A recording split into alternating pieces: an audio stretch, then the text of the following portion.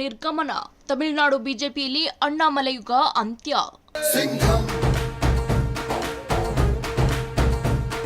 ರಾಜೀನಾಮೆ ಬೆನ್ನಲ್ಲೇ ಹೊಸ ಹಾದಿ ಹುಡುಕಿದ್ರ ತಮಿಳು ನಾಯಕ.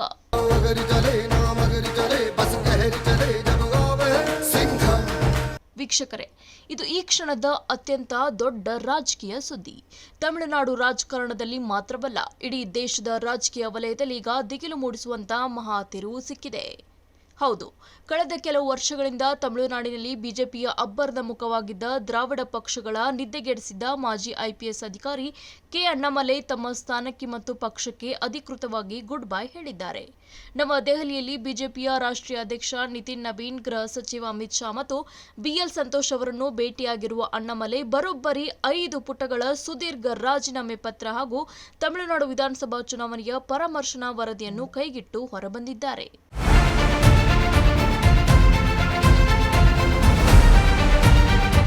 ಯಾಕೆ ದಿಢೀರ್ ನಿರ್ಧಾರ? ತೆರೆಮರೆಯ ಅಸಲಿ ಕತೆ ಏನು? ವೀಕ್ಷಕರೇ, ಮೇಲ್ನೋಟಕ್ಕೆ ಇದು ಸಾಮಾನ್ಯ ರಾಜೀನಾಮೆಯಂತೆ ಕಂಡ್ರೂ ಇದರ ಹಿಂದೆ ದಟ್ಟವಾದ ಅಸಮಾಧಾನದ ಹೊಗೆಯಾಡುತ್ತಿದೆ. ಮೂಲಗಳ ಪ್ರಕಾರ ಇತ್ತೀಚಿನ ತಮಿಳುನಾಡು ಚುನಾವಣೆಯಲ್ಲಿ ಹೈಕಮಾಂಡ್ ತೆಗೆದುಕೊಂಡ ಕೆಲವು ನಿರ್ಧಾರಗಳು ಅಣ್ಣಾಮಲೈಗೆ ಸಮಾಧಾನ ತಂದಿರಲಿಲ್ಲ. ತಮಿಳುನಾಡಿನಲ್ಲಿ ಎಐಎಡಿಎಂಕೆ ಜೊತೆ ಮತ್ತೆ ಮೈತ್ರಿ ಮಾಡಿಕೊಳ್ಳಲು ಬಿಜೆಪಿ ರಾಷ್ಟ್ರೀಯ ನಾಯಕತ್ವ ಮುಂದಾಗಿತ್ತು. ಆದರೆ ನಾವು ಸ್ವತಂತ್ರವಾಗಿ ಬೆಳೆಯಬೇಕು, ದ್ರಾವಿಡ ಪಕ್ಷಗಳ ದಾಸರಾಗಬಾರದು ಎನ್ನುವುದು ಅಣ್ಣಾಮಲೈ ಪಟ್ಟು ಆಗಿದೆ. ಇತ್ತೀಚೆಗಷ್ಟೇ ಕೇಂದ್ರ ಸರ್ಕಾರ ಸಿಬಿಎಸ್ಇ 9ನೇ ತರಗತಿಗೆ ತಂದ ತ್ರಿಭಾಷಾ ಸೂತ್ರವನ್ನ ಅಣ್ಣಾಮಲೈ ಬಹಿರಂಗವಾಗಿಯೇ ಟೀಕಿಸಿದ್ರು.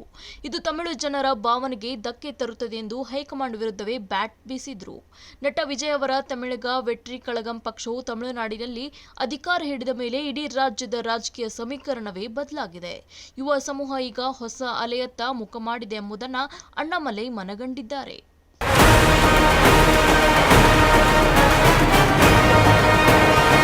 ಮುಂದಿನ ನಡೆ ಏನು? ಹೊಸ ಪಕ್ಷದ ಮುನ್ಸೂಚನೆ ಇದೆಯಾ? ವೀಕ್ಷಕರೇ, ಈಗ ಎಲ್ಲರ ಮುಂದಿರುವ $1 ಮಿಲಿಯನ್ ಪ್ರಶ್ನೆ ಅಂದರೆ ವಾಟ್ ನೆಕ್ಸ್ಟ್?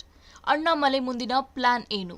ನಮ್ಮ ಸೋರ್ಸ್ಗಳು ನೀಡುತ್ತಿರುವ ಪಕ್ಕಾ ಮಾಹಿತಿ ಪ್ರಕಾರ ಅಣ್ಣಾಮಲೈ ರಾಜಕೀಯ ಸನ್ಯಾಸ ಸ್ವೀಕರಿಸುತ್ತಿಲ್ಲ.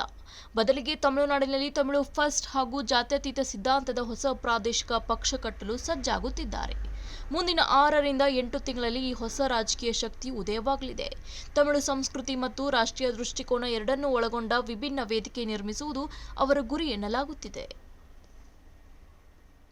ಕರ್ನಾಟಕದಲ್ಲಿ ಖಡಕ್ ಪೊಲೀಸ್ ಅಧಿಕಾರಿಯಾಗಿದ್ದ ಸಿಂಗಂ ಅಂತಲೇ ಖ್ಯಾತರಾಗಿದ್ದ ಅಣ್ಣಾಮಲೈ ರಾಜಕೀಯದಲ್ಲೂ ಸೈಲೆಂಟ್ ಆಗಿ ಇರಲು ಇಷ್ಟಪಡದ ವ್ಯಕ್ತಿ. ಬಿಜೆಪಿಗೆ ರಾಜೀನಾಮೆ ನೀಡುವ ಮೂಲಕ ಅವರು ತಮ್ಮ ರಾಜಕೀಯ ಭವಿಷ್ಯದ ಅತಿ ದೊಡ್ಡ ಜೂಜಿಗೆ ಕೈ ಹಾಕಿದ್ದಾರೆ.